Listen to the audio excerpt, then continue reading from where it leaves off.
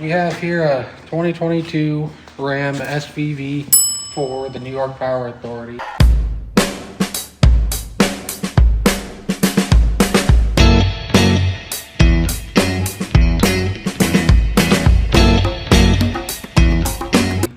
It's a pretty basic upfit. On the front, we did a Pro Guard push bumper with a wheel-in siren speaker for their power air horn. And just a couple of ions in the push bumper. And then for other lighting, sound off interior bars, we did a traffic controller in the back window. We also installed this tri-fold tonneau cover by Backfit, the deck system, the storage back here that's covered.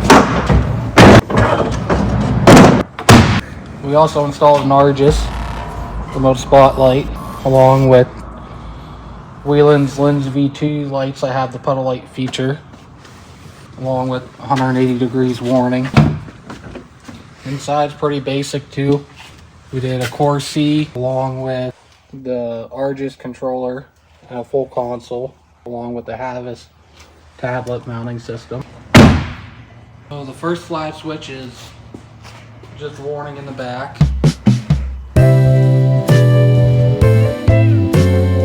On the traffic advisor, we also have left and right.